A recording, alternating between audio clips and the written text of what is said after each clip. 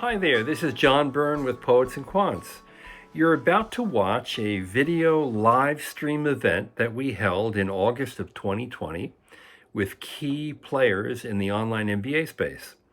But before it starts, I just wanted to let you know that we have an incredible resource of information and analysis on online MBA programs, from rankings to profiles of individual schools to how much they cost to whether they require GMATs or GREs, and a wealth of other information to help you make a really good and smart decision about which program to pursue. If you want to avail yourself of all those resources, go to poetsandquants.com. In the nav bar, you'll see a little tab for online MBAs. Go there, or you can go direct to online/MBA/hub backspace at poetsandquants.com. We're looking forward to seeing you. Enjoy the video. Hello, my name is Nathan Allen, and I am a staff writer at Poets and Quants. Welcome to day 2 of the online MBA admissions event. This is our second panel for the day, and I'm super excited about it. We've got 4 great schools, so let's just dive in. Let me do some introductions, and then we'll get going. From Syracuse University, we have the Assistant Dean for Master's Programs, Amy McHale. From Northeastern, we have the Enrollment Advisor, Brandon Bennings. From the University of Dayton, we have the Director of the MBA program, Scott McDonald. And from American University, we have their Assistant Director of Admissions of Online Programs, Keisha Ridley. Welcome, everyone. It's good to see you. Thanks for being here. How's everyone doing? Great, thanks. Great. Doing very well. Nathan. Great. Okay, so let's just start with the basics then. When did your program go online?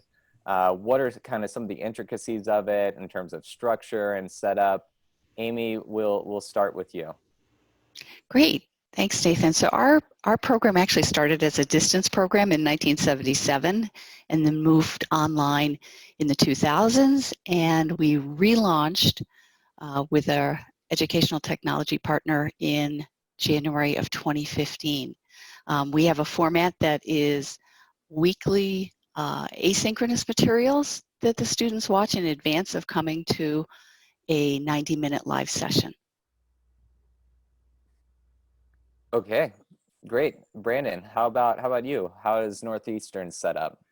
Yeah, so we've been offering the program for the last 14 years. We were actually one of the first schools in the United States to offer an online AACSB accredited MBA. Basically, the program is 100% online. We do have 2 optional residency programs that we do offer, both in the first and second year of the program. And it is asynchronous, so you never have to be online at any set time. We say about 15 to 20 hours a week to be successful in the program. And the way that we structure it as well is each course is going to run anywhere from 3 to 5 weeks in length. And then you're generally going to be looking at about a 1-week break after each course. So you can complete the entire program in as little as 2 years, but you do have up to 5 years if you ever need to space it out. The flexibility is there. Got it. Scott, how about you all? How long is the program? When did you all come online? All that stuff. Sure, thanks. We started in October of 2017 with our program, and similar to American and Syracuse, we have the asynchronous and synchronous components. We have our terms run about 11 weeks for the full term, and our courses meet each week in a live session. So you do the asynchronous work. The synchronous is 2-hour sessions, weekly meetings. So it's a little different because of the way our terms are constructed.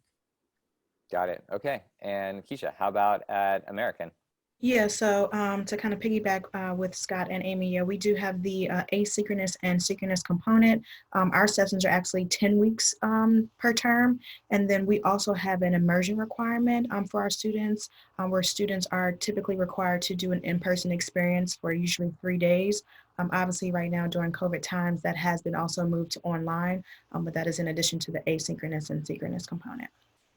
Great. Okay. Thank you all for that intro to your programs. I just want to remind the participants that we will take some Q&As if you all want to type those into the chat box before we move on. And so, Brandon, I'm going to direct this next question to you first. A lot of our readers really want to know about the class makeup, and not just for themselves, so they can kind of compare to how they would fit into the program, but also seeing who their potential classmates might be. So what does the class profile look these days at Northeastern in the online MBA program? That's a great question. So in terms of the class sizes themselves, we do keep cohorts relatively small, about 12 to 15 students per cohort. Generally just fosters a stronger peer network, challenges them. There's lots of discussion boards, forum posts, and things like that. In terms of the gender split, just based off of a recent 2020 graduate survey that we recently did, about 58% male, 42% female. The average age of the students generally about 34 years old. And we do have an admissions requirement of 5 years of full-time work experience. However, most of the students in the program do have about 10 years of full-time work experience. So definitely makes for good networking opportunities in the program, and each student's bringing a little bit to the cohort as well. Right, thanks. And then in terms of industries and backgrounds, can you give any more specifics on where the students are coming from generally? Yeah, for sure. We have students coming from all different sectors. We do offer 8 in-demand concentrations with the program as well. So lots of students are either coming in looking for that career growth or a complete career pivot and transition. We have students who graduate that go into JP Morgan Chase, Amazon, Nintendo, L'Oreal, some of those companies as well. Great, thank you. Scott, how about you all at Dayton? What is the class looking like these days? So as far as the actual classroom, we usually have about 15 to 18 students in the live sessions. So relatively small live sessions. As far as the demographic makeup of our students, we skew more male. We're probably at about 55% male to 45% female. As far as ethnic backgrounds, I think we're about 20% individuals of color. And when we talk about age and work years of experience, average age around 32 and about 8 years work experience. So, but we've got individuals that have just come into the workforce, and we've got individuals that are presidents of companies. So we've got a real nice range of people that create some great discussion in class. Great. Keisha, how about at American? What does your class profile look like these days? Sure. At American, we do have a pretty diverse student body population. Currently with the online MBA, we're close to almost 400 enrolled students. With that though, we do maintain a smaller class size for the synchronous component, so usually capping out at about 15 students.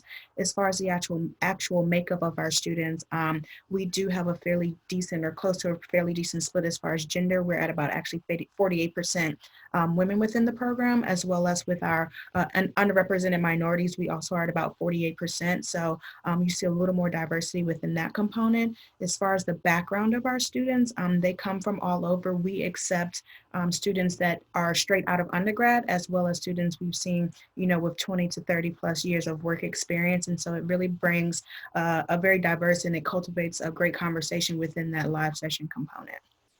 Yeah, and now are a lot of your students coming from the DC area, or are they coming from other parts around the country and world?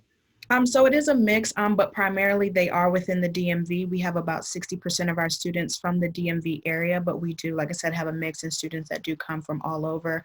We have a fairly small international student population, so that's going to be probably the smallest, but DMV is very heavy as far as their population, and then within the domestic states.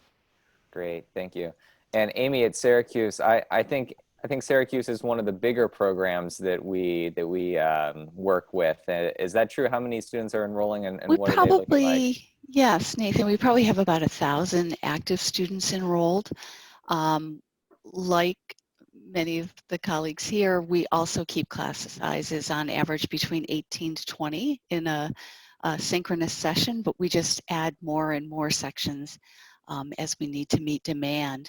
Our student body tends to skew a little older than these. Our average age is 38 years old with 10 to 12 years of work experience, typically mid-level, coming from all sectors, including a professional running back for the NFL.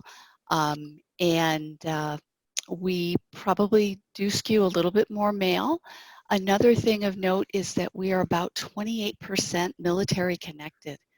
Syracuse has had a long history of welcoming students using the GI Bill going back to the 40s and 50s. So we've continued that tradition. We have a huge support network for them, and even an academic advisor that really understands how to maximize their benefits with their academic plan. Yeah, great. And so next, I want to talk a little bit about fit. And Scott, heads up, this question will come to you first this time. So in terms of going beyond the numbers, you know, the undergraduate GPAs, the GMATs, all that stuff, what are you all looking for in terms of specific fit to your program? What type of student? What are some of the intangibles, some of the soft skills, as they say, that you all are looking for whenever you're building a class? Sure. Because I think that's one of the most important aspects of picking an MBA program is your fit. In making sure that you fit with the program and that you're comfortable with their teaching style. So what we look for two primary things with applicants. One, will you be successful in the program? That's an academic view. And the other is, will you add to the program? So what do you bring to the program? So in the class discussions, as you're working with others, what are you bringing? And what we want is people that have a servant heart. We're a Catholic Marianist university. Servant leadership is a major component of our MBA program, and it sort of trickles through all classes that you take. You'll hear that brought up multiple times. And so individuals that say, you know what, I want to learn business, but I want to learn how to be part of the community good and do well for my community. That's a great fit for UD.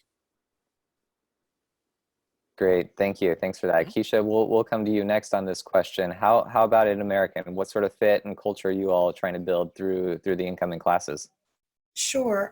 So I think as with a lot of programs, you know, within that component of being a fit, it's also the aspect of what can that student bring back to the program and bring into the program while they're there. How are they able to kind of enhance those conversations with their peers and faculty?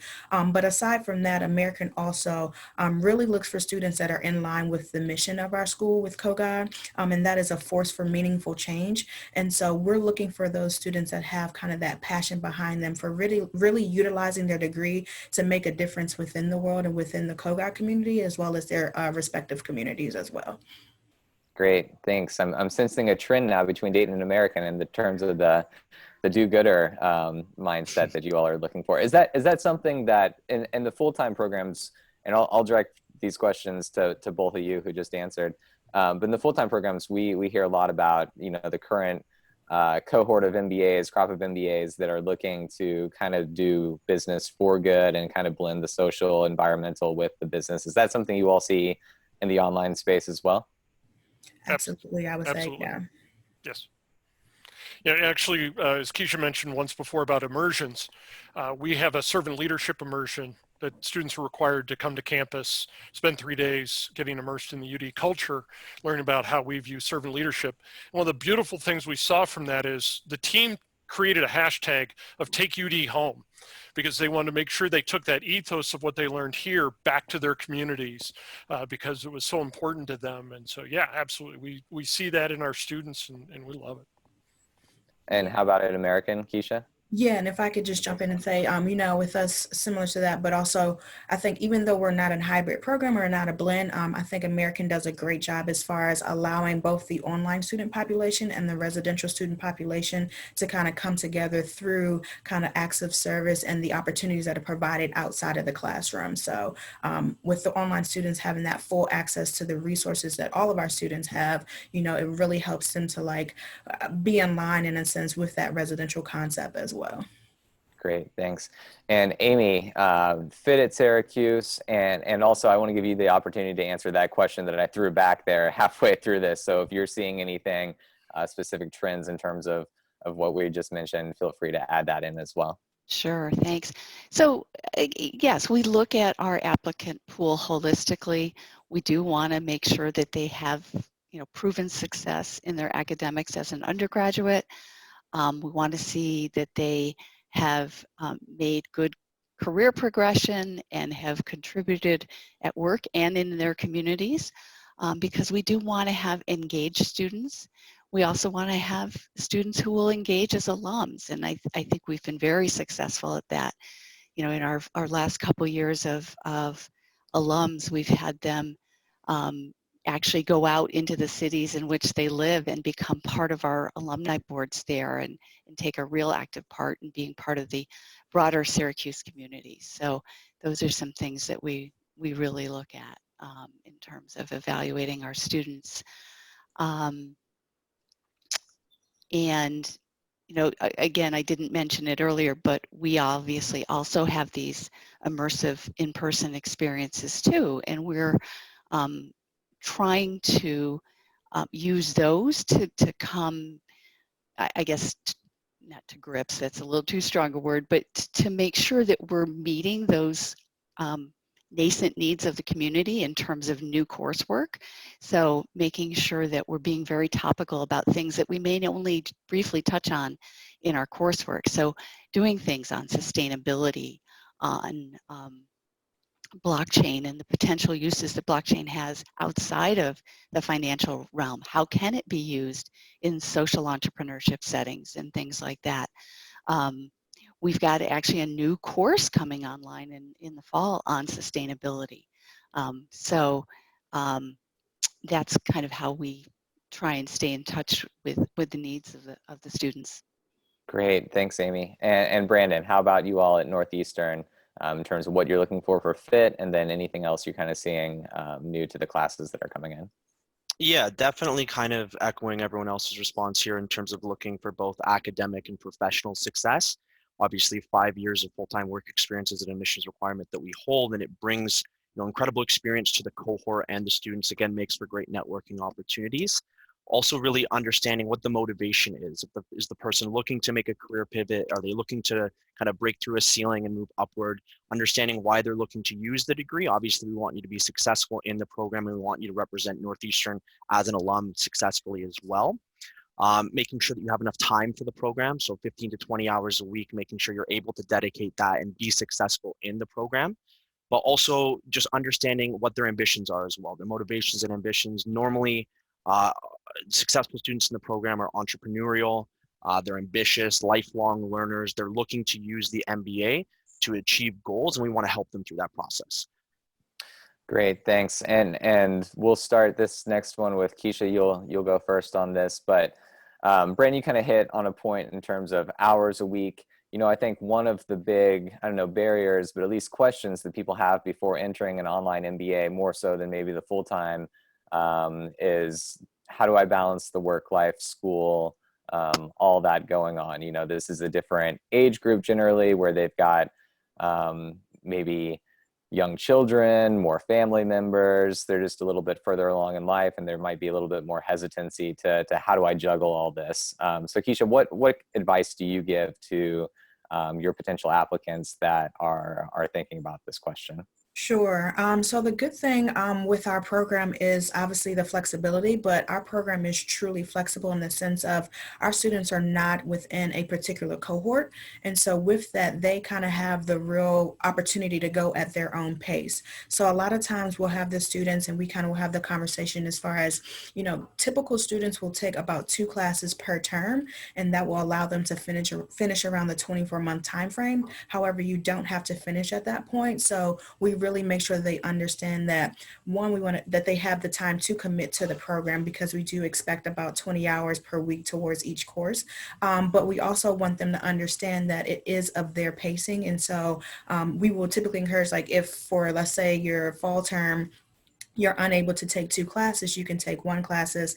Let's say your workload professionally is a little bit heavier in the winter, but a lot lighter in the summertime. Then during your summer term, you can have the opportunity to really maybe take 3 classes or expand that way. So that way you're staying on a cadence that kind of works for you and your scheduling, as well as still, again, making that commitment to the actual requirement within the program. And students tend to find that having that opportunity to kind of take a heavier load at a certain time and a lighter load at another time as a beneficial thing, as far as being able to maintain the expectations of the program as well as their work-life balance. Great, thanks. And Amy, how about at Syracuse? How are you all helping walk applicants and students through the balance of work life and school? So very similar to Keisha, we have a lot of flexibility. If we suggest, if you are hesitant at all, start with 1 class, and then if you feel you are comfortable with 2, go and add that on. But we realize that, yes, accountants may not be able to take two classes in the spring if they're heavily involved in tax season. So we do encourage flexibility, taking a leave of absence if need be, but then we stay in touch with them to make sure they're coming back after that time. We do also have a flexible endpoint within the university's overall guidelines. The other thing relative to just the number of sections of classes that we offer, we have classes every day of the week except for Fridays. And so if a Saturday morning works better for you, or a Wednesday at 7 a.m. or a Wednesday at 9 p.m., there are all those options so that you can work out what works best. And I find that students often experiment with a couple of patterns, like, oh, I'm going to try 2 back-to-back this time. Ooh, that did not work out well at all. I'm going to split them and do one on Tuesday and one on Thursday, you know. So people will come to figure out what works best with them and the amount of work they need to do outside of the class, the live class, to be successful. Great, thanks. And Brandon, how about at Northeastern? How do you all advise students through this process? Yeah, so with the program being 100% online and asynchronous, making sure they have the time to allocate, the way that we design the program is it's really targeted for full-time working professionals. So you're only focusing on one course at a time for 3 to 5 weeks in length, and then you're generally looking at about a 1-week break after each course. Like I mentioned earlier, you can do it in as little as 2 years, but you're also able to space it out up to 5 years. So there's a ton of flexibility with the program. One of the advantages as well is that we have an incredible student support services department, and they're really there to help you, process and go through the game plan of whether you're looking to do each course back to back and kind of do a degree plan and see what's going to work best for you. If you have busy seasons at work, stuff like that, they're there to help you throughout the entire process and the entire course or program as well. Pardon me. Great. And Scott, what about at Dayton? Yeah, same. We're designed for the working professional. So there is a path to a 1-year MBA. It's like skiing. There's black diamonds, not for everybody. Then there's the green circles. So you can take up to 5 years to complete our program. So, you've got that flexibility. Most students complete in about 1.5 years for us. But you can take a heavier load one term, a lighter load. You can take a term off. We even have parts of term. So our terms are 11 weeks and there's a gap week in the middle. So our 1.5 credit hour classes, you could take a 5-week class in the A and nothing in the B part if you've got a vacation or something planned. So there's quite a bit of flexibility, and our student advisors will also help in picking your classes. They'll have a degree plan for you when you say, I want to finish in X amount of time. But it's also important to balance your classes. If you're an individual that's real quantitative and maybe not as strong qualitatively, or vice versa, you might not want to take 2 qualitative classes if you're weak qualitatively, or 2 quantitative classes. So we help students balance that even to make sure that you're not overloading yourself in the types of classes you're taking. Great, thanks. Yeah, all great advice and good to know about the structures of these programs. So I want to do a follow-up though on this, and for the students who do have a really demanding job or personal life, when and how should they start framing these conversations with their employers, with their spouses, with their families? Any advice on that side? And Amy, I'm going to put you on the spot and start with you. Sure. I mean, I think that you really need to start to have those conversations with your employer and with your support network at home, when you start to consider applying to schools, because it is going to be a commitment. And I'm also really happy to see when our students do graduate, that they reach out and they thank their family and their support network at graduation. We've been thankful that when we were holding graduation on campus, that roughly 50% of our online graduates would come to Syracuse for the ceremony. And oftentimes they were giving that shout out to family, or, hey, Amy, come take a picture with myself and my family, because they've been so much a part of this journey. So yeah, having those conversations early is important. And, again, there is that flexibility. Take the summer off and have that vacation with the family, because they want to see the student as well. Yeah. Okay. And Brandon, how about at Northeastern? What are some things you think that students might not think of in terms of those conversations that they need to have early and often with employers and their personal connections? Yeah, I couldn't agree with what Amy said more. The flexibility of the program, definitely making sure you understand that, if you have busy seasons at work, or if, there's demands that your employer is going to require of you, speak to your student services advisor. That's exactly what they're there for. They'll help you do that degree plan and make sure that you're successful in the program. Again, we're not looking to just have students admitted to the program. We want you to be successful. We want you to graduate, and we want you to represent Northeastern University very successfully. But it goes back to mutual fact-finding conversation that you'll have with your enrollment advisor as well. So understanding, do you have enough time for the program? Is your employer going to be supportive? Do they have a tuition reimbursement program that requires a certain grade? Things like that, all things that are going to set you up for success. And then, of course, the support system at home is very crucial. It's not an easy thing to get an MBA, and having that in your back pocket is definitely going to benefit you throughout the entire program. But speaking to your student services advisor and game planning that out is crucial as well. Great, thanks. Scott, how about you? Any advice to add to that? I'd say the place you start is sit down with yourself and go through, because as Brandon just said, it's hard. It's a commitment. You're going to have it. There's going to be times it's going to be stressful. There's going to be times you're going to struggle.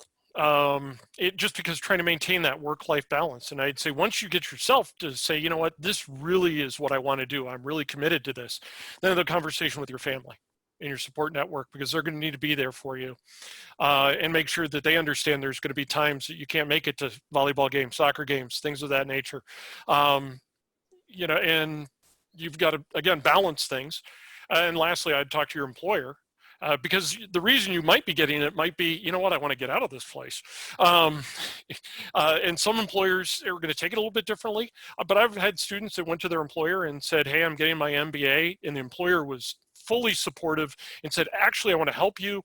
I want to give you some opportunity for more responsibility, help you in your career, help you in things in your class, give you the time you need, because they recognize it's going to be a benefit. But I would definitely say have that conversation with yourself, then family, then work. Great, thanks. And Keisha, as the director of admissions, I'm sure this comes up quite a bit for you. What do you have in terms of advice for students? Yeah, the one thing I guess I would add to this is, having those conversations earlier on as far as like understanding what a support system is and what that might look like for you as an individual is beneficial, because sometimes students don't actually think about that. They don't realize that, yes, they're doing the program themselves, but they're really not doing it alone. So once they start to have that conversation with their admissions counselor or their student success advisor, it really helps them to think more about the commitment that they're making, thus, really making them more prepared for the program and kind of managing those expectations better to ideally present a better or more successful outcome once they complete the program. So that would be what I would add in that regard. Great, thanks. All great advice. Brandon, so this next question is going to come at you first. So one of the big things about the traditional full-time residential MBA program is the network that you build with your classmates and the connections that you make with your professors. What are some ways Northeastern has built in opportunities for that in terms of just really building those connections and professional personal network with classmates and professors? Yeah, so this is a big question that, as an online enrollment advisor, we receive all the time. Is the networking capabilities lost with an online MBA? Definitely not. That's a common myth, and I'm glad we can put that to bed today. Northeastern University has over 235,000 distinguished alumni and about 40,000 from the DeMoore-McKim School of Business. One great thing, I'm sure as other schools as well that we've kind of spoke about, is having 5 years of full-time work experience with an average 10 years of full-time work experience in terms of students in your cohort makes for incredible networking opportunities to begin with. It being 100% online, and the fact that really you can do the program anywhere in the world as long as you have an internet connection and a computer. You're seeing tons of different people from different walks of life, different countries. We really do have a global reach with our network, as well as our graduate career services advisor. So not only are they there to help you design a job search strategy, but they're there to help you maintain and leverage your network, both once you're placed, in whatever career goal that you ultimately went for, or obviously if you move up within the company you're there for, they're there to help you maintain and leverage your network. But as an online student as well, it's important to know you have all the same resources available as our on-campus students. So we have graduate student services invited to career expos, networking nights typically held once a month, pardon me. So definitely things that as an online student, you're still able to take advantage of. Great. Scott, how about at Dayton? Yeah, actually, the joke around UD is if you're ever in a meeting or a class or something and you're not paying attention and they ask a question, you don't know the answer, you didn't work because you weren't paying attention, just say community and you'll be right 80% of the time. And well, that was one of the things when we started an online MBA program. Well, how do we create community? Yeah, and how do we have engagement? Through our immersions and the design of the program, we actually have a higher engagement with our online students, with one another, and with the university than our on-ground students. Because the on-ground students tend to just come in, take class, and go home or go back to work. When you're in an online world like the way we offer it, a lot of times you're in someone's home. So when we have an immersion, people come, they see each other like, oh, Nathan, oh my gosh, so great to see you. You're taller than I thought. How's your cat? Because you'll see the cats walk by, you see kids in the background doing this, dogs, so they know each other on a very personal level because you're in home with one another. So it creates this different type of engagement that we found brings the students much more together. Great, thanks. I don't have a cat, by the way, but beautiful mountains, though. We love there your we view. go. Keisha, how about an American? What are some things you all are doing to foster those connections with classmates and professors? Sure, I certainly agree with Scott as far as that first time they see each other at immersions and based on the experience that they've had through the live session and really knowing each other. And it's like best friends reunited, even though they've never actually met in person. And so that component definitely comes with the online presence. And then even with the immersions, with ours being domestic and globally, not only are you sharing an academic experience together, you're sharing a worldly or life experience with each other. So it really just kind of deepens the bonds that they are building with each other. As Brandon mentioned, our students also have full access to the Kogod network as a whole and the AU community network as a whole. And so that really expands the opportunities that are there and the resources that are available, not only to our online students, but the residential students. And then we have the platform that we use that really allows them to kind of connect further if they want to, because as we are in a Zoom room now, they all have their personal Zoom room. So they have the opportunity to set up group chats or, study sessions. And our students will take advantage of that and kind of build those connections on their own outside of the classroom, as well as, again, most of our students are within the DMV area. But even for those students that are not, if they're traveling for work or coming around, they might actually set up in-person meetings with each other, obviously pre-COVID, to where, they're having that opportunity. They're going to Starbucks and kind of having a group or study session there to really build out. I've seen some of the students graduating and leaving with best friends. And so they're getting the academic component, they're getting the networking opportunity, and they're getting lifelong friendship and relationships, even though it is an online program. Great, thanks. Amy, it's a huge cohort that you all bring in, but then you get them into these smaller sections. So what are some things you all do there? Absolutely. So again, I think we underestimate often the amount of networking that goes on in these small classes every week, right? You get on a little early and you chit chat back and forth. You understand what you have in common. You have a cat or whatever the case might be. I think the residencies are just a wonderful opportunity to do this. And we typically, again, because of the size of our student body, like if we're going to have a residency on campus, let's say, we might host 350 students in a weekend, but it's over 5 or 6 different topic areas. And so you're really engaging with that small group first, but then we create all sorts of opportunities to move across the group. So we always have a welcome reception and a dinner where students can engage. Let's say Syracuse basketball is playing. We'll say, hey, come to the basketball game, we're all gonna go. For our last immersion in March, we had set up small group dinners that we were having people sign up for with Sign Up Genius. So you could have just gone in, not knowing anyone else, but say, hey, I want to get to know 9 or 10 other new people. Unfortunately, we had to cancel that. We also, in our on-campus residencies, have always had an orientation track for newer students. So we try and encourage students in the first couple terms to do that. And we usually cap it at 40 students or thereabouts. So we're really trying to get them to know one another, and we do a lot of networking exercises. And we bring in current students and alums to talk about how do you network from day one. And so I do feel that our students have probably a much better network than our student body on campus, because, you know, first of all, they're more experienced, and they have a lot more professional networking experience. But, you know, I think we just give them so many opportunities to build upon it. Yeah, yeah. I think with those that have been fortunate enough to keep their jobs and work remotely during this time have been able to realize that you can maintain connections Yeah. virtually a little bit easier. So that might be less of an issue moving forward after this. So a follow-up to that question then, except focusing on alumni and how you all introduce your students to the alumni. When do they first get access to the alumni network? What are some things structurally that you all have in place to foster connections for new students into the alumni network? Scott, we'll start with you. It's your turn to go first. Okay. So at all of our immersions, we generally have on one of the evenings an event that we invite local alumni.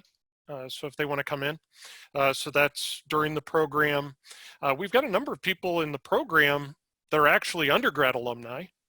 So you get a sense of those folks. We actually, it was around 17% of our students are UD alumni that are in the program. And then certainly afterward, you have full access to the flyer community. And it is a very active community all over the country.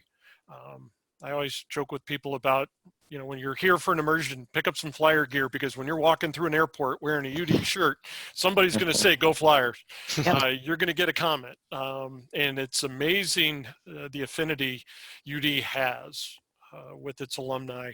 And there's well over 150,000 alumni around the country. And then we've got over 30,000 MBA alumni. So we've got a lot of folks around the country, and you're part of that community. Great. Keisha, how about at American?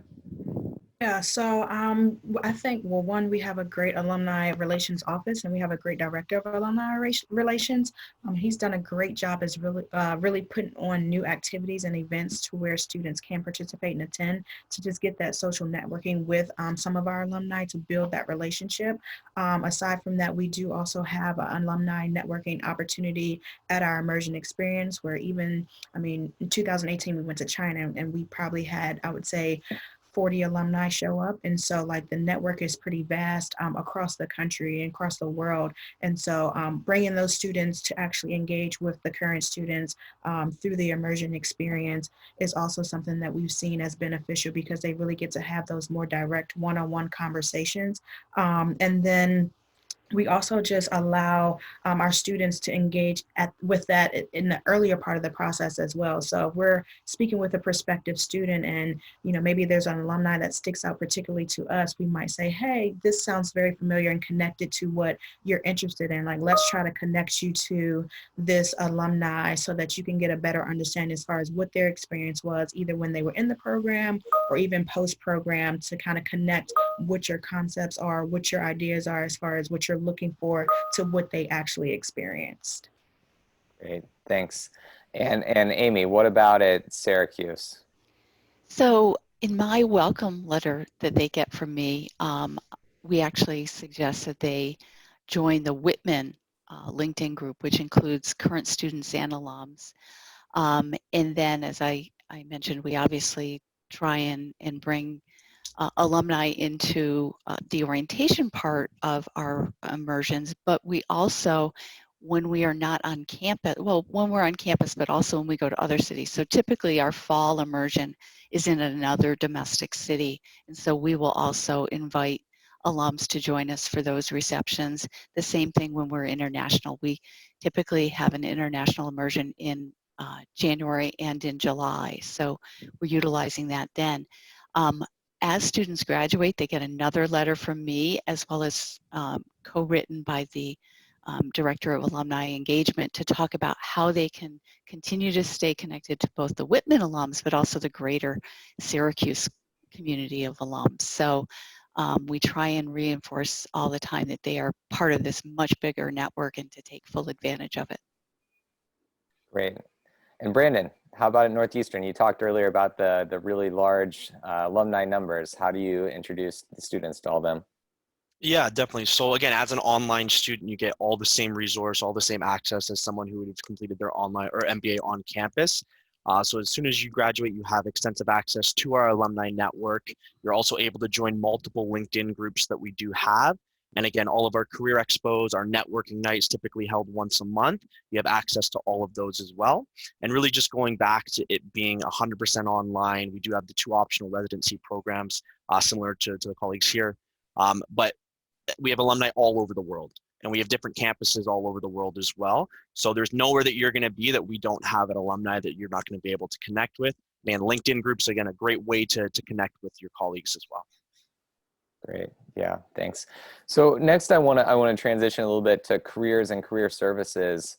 You know, the full-time MBA is the traditional residential one, is one that a lot of students use these days to make what they call the triple jump, changing functions, industries, companies. The online MBA has traditionally been more of a degree for students who are seeking to maybe move up in their organization or stay within the same company, but take a different position within that company. But for students who are wanting to more make the switch to a different company, a different job function, a different industry, what are some resources you all have for those students? And Amy, we'll start with you.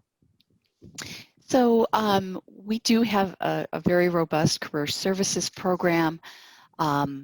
As part of that, our students who have at least 10 years of work experience, which is most of our population, have access to an executive career coach to actually talk through what it is that they're seeking to do and help them to pivot, if that be the case, or to continue to advance in their current industry and company. We again, you know, we'll utilize the alumni network. You know, if we know, kind of as Keisha was saying, if we know of a particular student that works at a company that might be one that a student wants to move to, or an industry they want to move into, we try and make those connections. Our students have access to LinkedIn Premium as a student, so that's a way for them to really make a lot more advanced reach out to people that they might want to learn from. And so I think we've seen a pretty good success rate, both in terms of students who do want to pivot into something new, and also those people who are, you know, hoping that they get a raise or a promotion as a result of their program. And I'm guessing that you don't have these numbers directly in front of you, but generally speaking, how common or popular is it for people to use the MBA at Syracuse for a career change of some sort? For career change, I just was looking at some career services numbers, and I'd say roughly 1/3 of our students probably do engage with career services, Yeah. but the percentage that actually look at it for a complete pivot, I don't have that at my fingertips. I'm sorry. That's okay. It was kind of a curveball question there. So how about at Northeastern, Brandon? I know the cooperative education program is huge within other degree programs. Does that play any role in the online MBA, and what are some other ways in which students kind of connect with career services there? Yeah, so definitely. So once you're 50% of the way through the online MBA program, you do gain lifelong access to our Graduate Career Center, and we will match you up with a graduate career advisor based off of your specific industry and interest, whatever you're really looking to either gain a foothold in or break into. Based off of our 2020 graduate survey, we found that actually 38% of students are looking for a complete career change or pivot. So with your dedicated graduate career advisor, they're really there to help you with anything job related, like I mentioned earlier, resume building, mock interviews, cover letter feedback. They're there with you all the way up into negotiations for compensation. And then once you're placed, again, they're there to help you maintain and leverage your network. You also gain access to exclusive MBA level job postings through Global Talent System. That will have a lot of different fee-based projects in there that would normally be fee-based, but because you're part of Northeastern University, they're not going to be fee-based for you in that GTS system as well. Great. And Scott, how about at Dayton? So students have access immediately to the Hire Flyer network and the career services through the university. When you're an alumni, you have lifelong access to all the Hire Flyer services. And we also encourage folks to get active on LinkedIn. There's plenty of alumni around the country that are that want to help the fellow flyers. So we've got a very robust career services capability. And I would say, as far as job changes and pivots, our curriculum's the same for the on-ground, the online. So I think that myth of online MBAs are more for just advancement in what you're doing. At least for us, it's not true, because it's the exact same stuff our on-ground students are learning, and students can certainly get into other industries and do the triple jump or single jump or double jump or all the above. All the jumps, long jumps, all of them. Keisha, how about an American? Yeah, so at American, as an online student, once you're admitted into the program, you can then have access to our career advisor that's specific for the online program. And we probably have, I would say, maybe around 1/3 of our students that are looking for that career change. I think that also plays into the background of our students, again, to where we have a very diverse student background. So not everybody is coming from that business field initially. But with utilizing their career advisor, we also have the Center for Career Engagement, which is a Kogod office, but they have the full resources there for the on-campus office. And as the other programs, once you're an alumni, you do have lifetime access to those services as well. We also do offer the LinkedIn Premium, so students have that opportunity to engage. The one thing I would like to add, I guess, that's a little bit different is, or the concept of thinking of, there's also the component that the students, have to put forth some effort when it comes to this. So the resources are there. It's just really making sure to utilize those resources to get the best benefit for what you're looking for. And we do have, again, the advisors, whether it be academic and student success advisors or career advisors, to really help kind of lead you in the right direction to those resources. It's just then actually utilizing them for your benefit. And are you seeing any changes in terms of students who are pivoting or making those changes with the American online MBA? As far as students that are in the program, I would say maybe not yet. I will say within reading the essays and kind of looking at the applications, you do see a lot of people starting to comment as far as how the impact of COVID has now made them think a little bit deeper as far as what they want to do or how they want to get to their ultimate professional goals. And so with that, you can see a little bit of a shift there as far as the mentality is changing. But we haven't seen that actually play out to a real time to see what that will look like in the actual program or post enrollment. Gotcha. And for this next question, Keisha, we'll stay with you and then work our way backwards and the order that we just did now. Speaking of COVID, online programs are obviously getting a lot more looks right now. People are considering them a lot more, especially since many other normally residential programs are going online and kind of transitioning at least to a little bit of a hybrid model. How do you all stay relevant and ahead of the competition, not just with the other online MBA programs on the market, but now with part-time programs and residential programs moving forward? Sure. I think that's one place where we have the benefit, right? Because we've been doing this for a little bit. So, we've kind of worked out some of the kinks as far as what works and what doesn't work when it comes to presenting a program, especially a program of the magnitude of an MBA and the rigor of the curriculum, and making those shifts and those pivots to where we're providing great curriculum, great exposure. The faculty is engaged and involved within the actual planning, but then also the actual production of what we offer. And so with COVID, I think again, students are thinking a little bit more about it. And so the interest has definitely picked up based on COVID. With that, I think it's our job as far as on the admission side to really make sure that they understand the importance and how this can be beneficial as far as the long-term effect when it comes to their professional goals, but then also kind of how it can be utilized as it's essentially an investment. So utilized as an investment to thus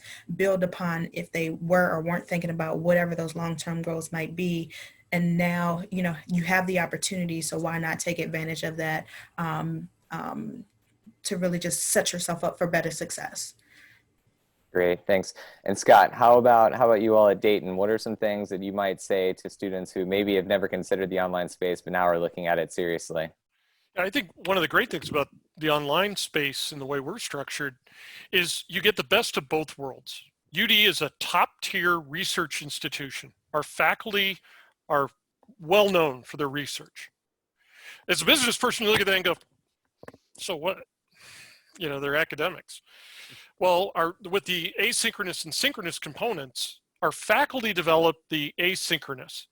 And so you get the great researchers and academicians talking about, here's the theory, here's the material that you need to know. The live sessions are taught by adjuncts, which are working professionals. They're in the trenches every day working with this material. They can talk about, this is what happened today at the office. The individuals we have leading our live sessions are executives from all over the country and are leaders in their field. So you're getting marketing class from chief marketing officers. You're getting IT classes from chief information officers. And so they can talk about what's happening today in the office and relate it to the theories and the academics that you learned in the asynchronous. Great, thanks. And Brandon at Northeastern, how are you all staying relevant ahead of the competition? Yeah, I think that's a great question, especially now with so many programs being forced to go online. And just kind of carrying off of what Scott said, very, very similar. Our program was designed by expert designers and instructors. We're always focusing with the learner in mind. With that being said, we're always looking to refresh our content and our technology as well. We're currently in the process of transitioning from Blackboard to Canvas. And with our AACSB accreditation, there's basically a 5-year peer-to-peer review process, just basically ensures everything that you're going to learn within the program is the most up-to-date information in terms of business education. So it's designed to make you successful both while you're in the program and when you graduate as well. Great. Amy, how about at Syracuse? So again, I think we have the experience, and our program was always designed to be online. So the faculty take about 8 months to translate a course that they may have taught on campus to something online.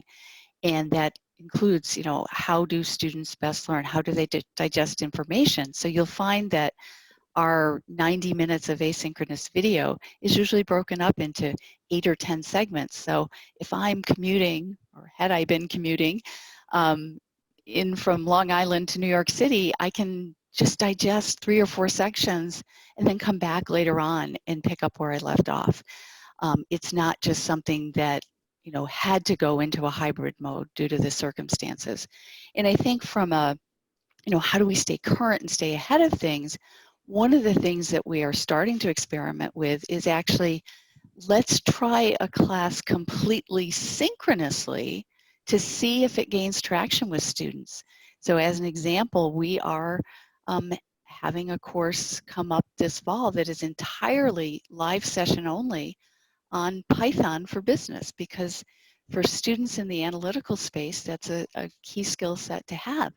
Perhaps if we get the demand that we think we're going to see, then we will go build that as a truly complete online course in our program. Great, thanks so much. So we've got just a couple minutes left, so I'm going to lift something that I saw John Byrne, our editor-in-chief, do yesterday with a panel. And that's a lightning round to end this. So Keisha, you'll go first, and then we'll go Scott, Brandon, and Amy. And so the prompt is, in 3 words, at most, you can do less than 3 words, 1, 2, or 3 words, describe the student experience at your school. So I'll give you a few seconds to think about it, and then we'll go into it. All right, Keisha, 3 words. Oh, the pressure. I would say definitely engaging. students have that opportunity to really be involved. I would also say informative. You know, the content is really heavy and where it needs to be to really give the students a foundation that they're looking for. And I'm struggling for a third word, but I would probably have to say just beneficial. You know, there is still the end goal, which is, you know, return of investment. So. The first part is the toughest. You pulled it out. Great. Scott. I'd probably say humanistic problem solving. All right. We'll leave it at that. Brandon. I'd have to say innovative, experiential, and global. Great. Amy. Rewarding, fulfilling, and transformative. Oh, you guys all did a great job at that. Thank you so much. And thanks for your time. We will let you go now in 5 minutes. Participants can go into the breakout rooms with you all. But again, we're really grateful for you all being here and sharing your insights and participating in this. It was very beneficial, and I'm sure everyone learned quite a bit. For everyone else watching, the breakout rooms will be available in about 5 minutes. And then at the top of the next hour, we'll have our next panel. And then we'll have one more panel today, so 2 more panels to go. Again, this is Poets and Quants, our live online MBA admissions event. Thanks, everyone. Have a great day. Thank you. Thank you.